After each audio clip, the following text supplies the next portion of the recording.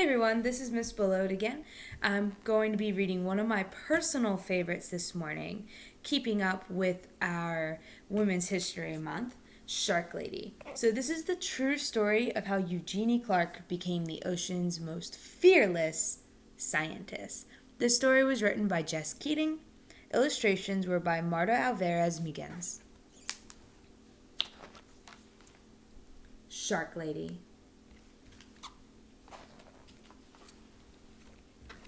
It was Saturday, and Eugenie wanted to stay at the aquarium forever. She wanted to smell the damp, salty air and stare at the glittery rainbow of fish. She wanted to keep watching her favorite animals, the sharks.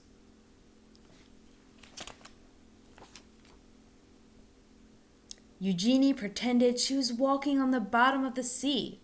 What would it be like to swim with her sharks? To breathe underwater with gills of her own? More than anything, she wanted to find out. There she is.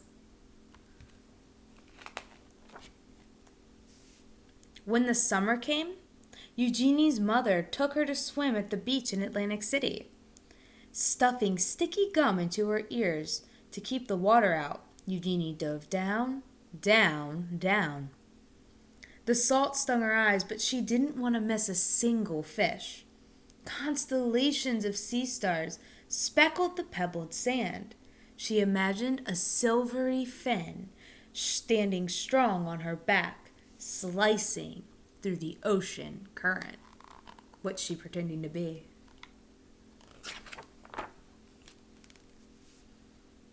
To others, sharks were ugly and scary.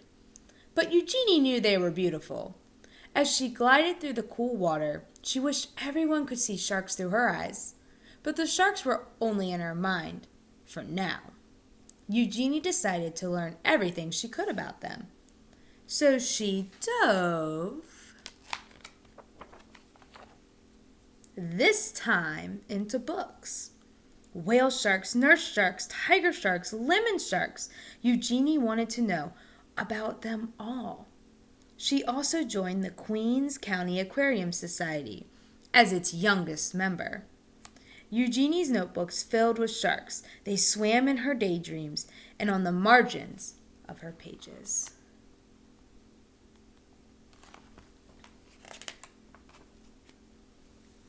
At home, Eugenie's mother surprised her with an aquarium of her own. A 15-gallon tank was much too small for sharks, but Eugenie saved her allowance to buy guppies, clownfish, and even coral red snails. It felt as big as an ocean in her room. Their small apartment became an aquarium, a laboratory, and a sanctuary. Sanctuary is a safe place, so this is a safe place for Eugenie and her fish, even if there's not any sharks. As she grew older, many were still telling Eugenie what to do. Forget those sharks. Be a secretary. Be a housewife. Eugenie wanted to study zoology. But some of her professors thought women weren't smart enough to be scientists or brave enough to explore the oceans, and they said sharks were mindless monsters. Eugenie knew better. Her dream was as big as a whale shark. So again, Eugenie dove. There she is. It doesn't really look like she believes what they're saying. She plunged into every course she could. Her laboratory became her home. From sunrise to sunset, she studied how fish grow, and how they behave, and how they were put together, both inside and out. Despite all of the people who didn't believe in her, Eugenie was becoming one of the smartest students in her field. Even after she earned her degree, many still doubted her.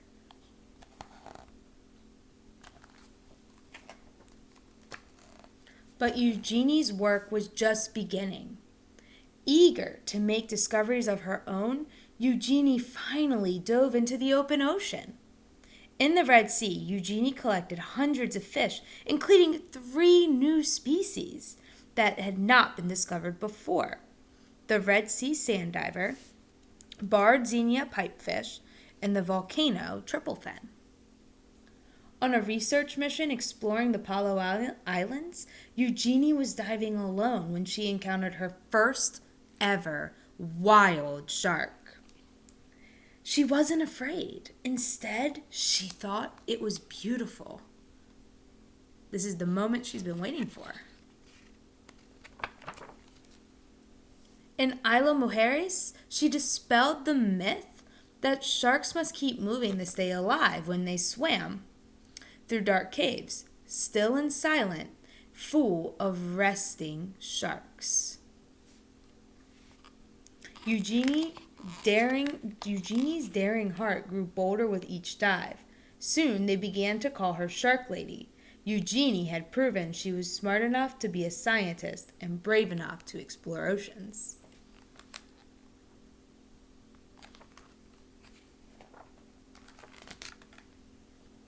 As her courage grew, she began to love and understand her beloved sharks more and more. But she never forgot many still believed that sharks were mindless killers because of their scary reputation. Humans were hunting sharks all over the world. Eugenie knew that sharks weren't stupid or mean. Danger, shark spotted. I don't know if you can see that. That's actually shark fin soup. She was determined to prove everyone wrong.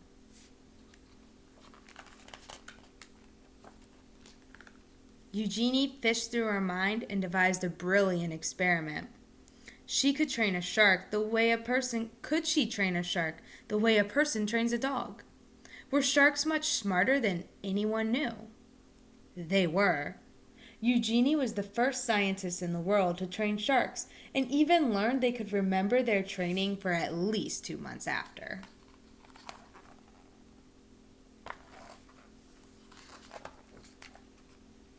Sharks were not mindless killers. Sharks were beautiful. Sharks were smart. They deserve to be studied, protected, and loved. And Eugenie's dream was now a dream come true. There's Eugenie, and all of the people look excited to see the shark. So I hope you enjoyed this story about Shark Lady. Again, this is a personal favorite of mine. If you're with my class, again, a question will be posted on Edmodo for your students to respond to. Otherwise, I hope you just enjoyed listening, and I will see you again soon.